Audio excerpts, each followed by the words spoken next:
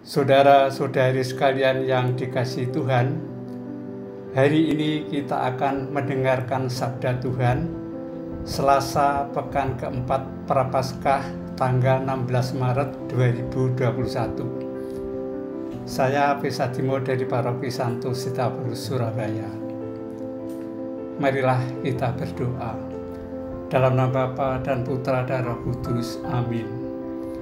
Ya Tuhan Yesus, kami bersyukur dan berterima kasih sampai dengan saat ini kami masih diberi kesehatan lahir dan batin sehingga dapat mendengarkan dan merenungkan sabda Tuhan pada hari yang berbahagia ini.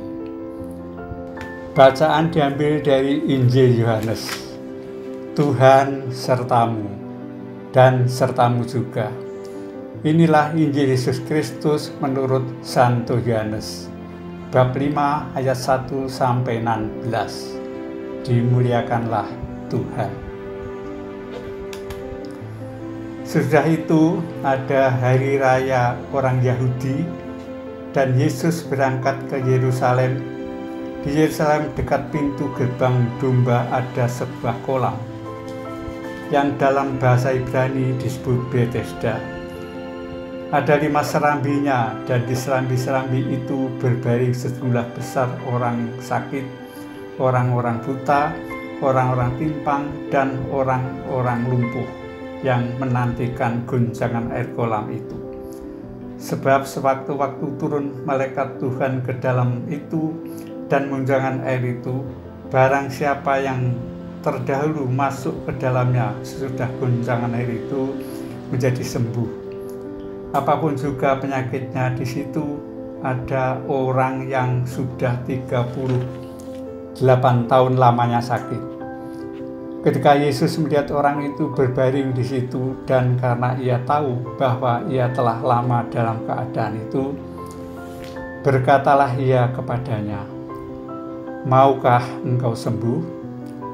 Jawab orang sakit itu kepadanya, "Tuhan, tidak ada orang yang menurunkan aku ke dalam kolam itu apabila airnya mulai guncang, dan sementara aku menuju ke kolam itu, orang lain sudah turun mendahului aku."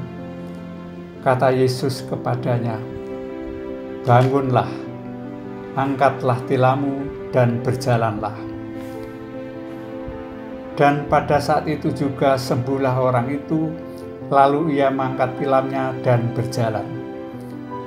Tetapi hari itu hari Sabat. Karena itu orang-orang Yahudi berkata kepada orang-orang yang baru sembuh itu, "Hari ini hari Sabat, dan tidak boleh engkau memikul tilammu." Akan tetapi ia menjawab mereka, "Orang yang telah menyembuhkan aku, dia yang mengatakan kepadaku, 'Angkatlah tilammu dan berjalanlah.'" Mereka bertanya kepadanya, "Siapakah orang itu yang berkata kepadamu, 'Angkatlah tilammu dan berjalanlah'?"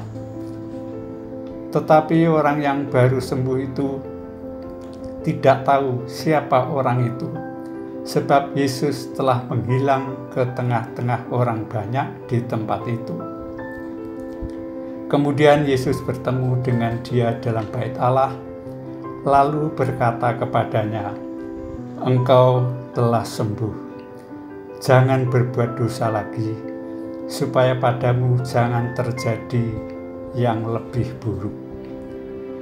Orang itu keluar lalu menceritakan kepada orang-orang Yahudi bahwa Yesuslah yang telah menyembuhkan dia. Dan karena itu orang Yahudi berusaha menganiaya Yesus karena ia melakukan hal itu pada hari Sabat. Demikianlah Injil Tuhan. Terpujilah Kristus. Bapak, Ibu, dan saudara-saudari yang terkasih, tidak ada manusia yang mampu bekerja sendirian. Semua tujuan dicapai dengan sebuah kerjasama. Injil hari ini menggambarkan kepada kita apa yang selama ini menggerakkan hidup manusia. Kerjasama antara kehendak kuat dan kerja keras manusia dengan rahmat Tuhan. Berapa besarkah iman yang diperlukan supaya disembuhkan oleh Yesus? Dalam kasus orang yang kita baca kisahnya ini, kita perhatikan tidak diperlukan iman sama sekali. Ketika Yesus bertanya kepadanya, apakah ia mau sembuh? Ia tidak minta disembuhkan. Ia malahan memberi alasan mengapa ia tetap sakit. Bahkan seakan-akan menyalahkan keadaannya kepada orang lain yang lebih cepat masuk ke dalam kolam. Setelah Yesus menyembuhkannya, ia membiarkan Yesus menghilang di tengah orang banyak tanpa menanyakan namanya. Dan ketika ia mengetahui nama Yesus, ia melaporkannya kepada para pemimpin yang membenci Yesus. Meskipun demikian, Yesus menyembuhkan dia. Yesus menyembuhkan karena belas kasihan, tanpa memperhatikan apakah kita layak menerima kesembuhan atau tidak.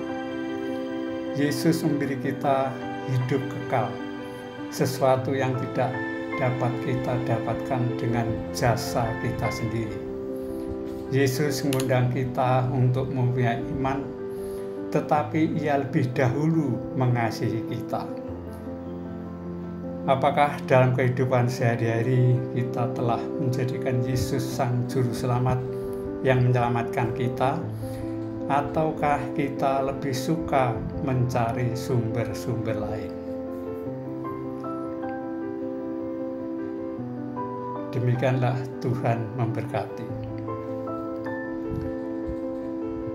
Marilah berdoa. Tuhan Yesus, Engkau memiliki sabda kehidupan kekal. Bersadarlah dalam hatiku dan berilah aku iman yang teguh untuk menerimanya. Amin. Semoga kita sekalian selalu dilindungi dan dibimbing oleh berkat Allah yang Maha Kuasa, dalam nama Bapa, Putra, dan Roh Kudus. Amin.